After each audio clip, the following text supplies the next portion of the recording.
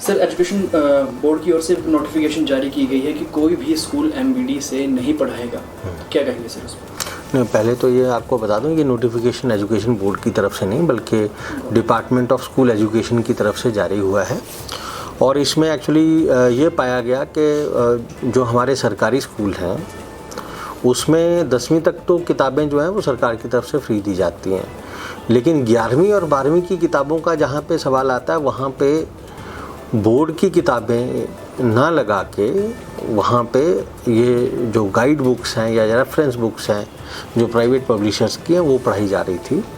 तो ऐसा जो है हमारे शिक्षा मंत्री जी ने भी ऑब्ज़र्व किया और हमारे सेक्रेटरी साहब ने भी ऑब्ज़र्व किया, और उसके बाद हमने भी अपनी बात जो है उनके समक्ष रखी थी।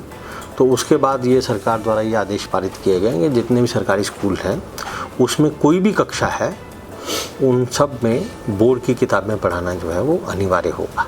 अगर कोई अवहेलना करता हुआ पाया जाता है तो किस तरह की कार्रवाई सर की है? उसमें देखो उन्होंने बोर्ड को ऑथराइज़ किया है कि आप समय समय पर जाके चेकिंग करें गवर्नमेंट स्कूल्स में भी और प्राइवेट स्कूल्स में, और अगर कोई अवहेलना करता पाया जाता है तो एफिलिएशन के नॉर्म्स के हिसाब से जो उनके ऊपर कार्रवाई होती है वो की जाएगी। उसके अलावा अगर सरकारी स्कूल होगा तो अनुशासनात्मक कार्रवाई भी होगी। सर, कारण क्या मानते हैं सर कि एमबीडी से पढ़ाना क्यों प्रेफर जो अध्यापक हैं वो कर रहे हैं, एनसीईआरटी की बुक से नहीं? एनसीईआरटी की बुक देखिए, एनसीईआरटी की बुक जो होता है ना उसमें कोई भी टॉपिक जो होता है उसको बड़े एक साइंटिफिक तरीके से उसमें समझाया गया होता है। अब टीचर को चाहिए उसमें से वो चीज़ों को इंटरप्रेट करे और फिर बच्चों को उसी तरीके से साइंटिफिक तरीके से समझाए। जो गाइड बुक होती है उसमें सीधा सीधा क्वेश्चन आंसर फॉर्म में होता है, तो अगर आप गाइड बुक से अगर बच्चा पढ़ता है तो उसकी जो बेसिक अंडरस्टैंडिंग है कंसेप्ट की वो नहीं होती, वो रट्टे की तरफ बच्चा जाता है।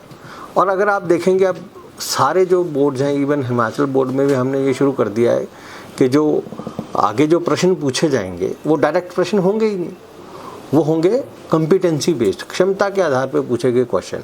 ठीक है, तो अगर वो एनसीईआरटी की किताब या बोर्ड की किताब जो कि सेम है अगर वो नहीं पढ़ाते हैं तो बच्चे को डिसएडवांटेज है, उसका बच्चे का जो कंसेप्ट है वो डेवलप नहीं हो पाता।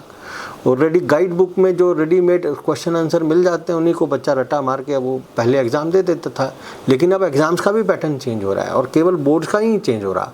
अगर आप एनटीए का देखेंगे तो एनटीए में भी जो क्वेश्चन हैं वो सब कॉम्पिटेंसी बेस्ड क्वेश्चन हैं। तो ये बड़ा ज़रूरी है कि हम बच्चों को एनसीईआरटी और बोर्ड की किताबें पढ़ाएँ। जो बोर्ड द्वारा प्रकाशित किताबें हैं वो सेम एनसीईआरटी की किताबें हैं, तो इसलिए फिर हिमाचल प्रदेश सरकार ने बोला कि बोर्ड की किताबें सबके लिए अनिवार्य हैं। और बस जैसे मैंने आपको बताया कि हमारी गुणवत्ता भी बड़ी अच्छी है किताबों की, तो उससे जो है बच्चों को एक कंसेप्ट क्लैरिटी। देखिए जितने भी कॉम्पिटिटिव एग्ज़ाम है, चाहे आईएएस का एग्ज़ाम है, उसमें भी आप देखेंगे कि तो यही कहा जाता है कि जो एनसीईआरटी की किताब है वही सबसे बेस्ट किताब है।